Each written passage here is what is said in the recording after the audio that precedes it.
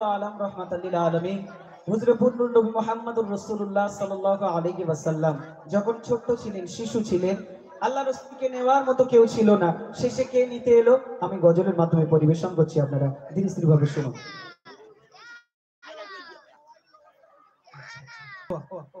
আচ্ছা, আমার মাদ্রাসার ছাত্র ভাইরা রিকোয়েস্ট করছে একটা গজল, তো সেটি আমি পরিবেশন করছি। তাহলে এটা আর বলছি না, নেক্সট টাইম ইনশাল্লাহ এসে আবার বলবো।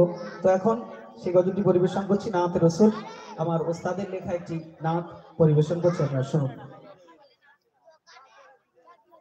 মনে গাহি তোমার শানে নাত, মনে গাহি তোমার শানে নাত, নবীয়ে রহমত শফিয়ে উম্মত, নবীয়ে রহমত শফিয়ে উম্মত, মনে গাহি তোমার শানে নাত, মনে গাহি তোমার শানে নাত, রহমত শফিয়ে উম্মত। তোমার প্রশংসা করিল আল্লাহ, ডাকিল তোমায় ইয়া হাবিবাল্লাহ। তোমার প্রশংসা করিল আল্লাহ, ডাকিল তোমায় ইয়া হাবিবাল্লাহ।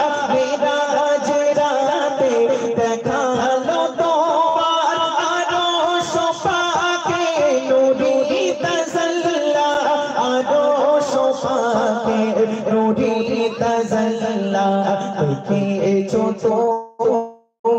তুমি খোদারি জান্নাত, দেখেছো তুমি খোদারি জান্নাত, নবীয়ে রহমত শফিয়ে উম্মত, নবীয়ে রহমত শফিয়ে উম্মত। কেমনে গাহি তোমার শানে নাত, কেমনে গাহি তোমার শানে নাত, নবীয়ে রহমত শফিয়ে উম্মত, নবীয়ে রহমত শফিয়ে উম্মত, নবীয়ে রহমত শফিয়ে উম্মত।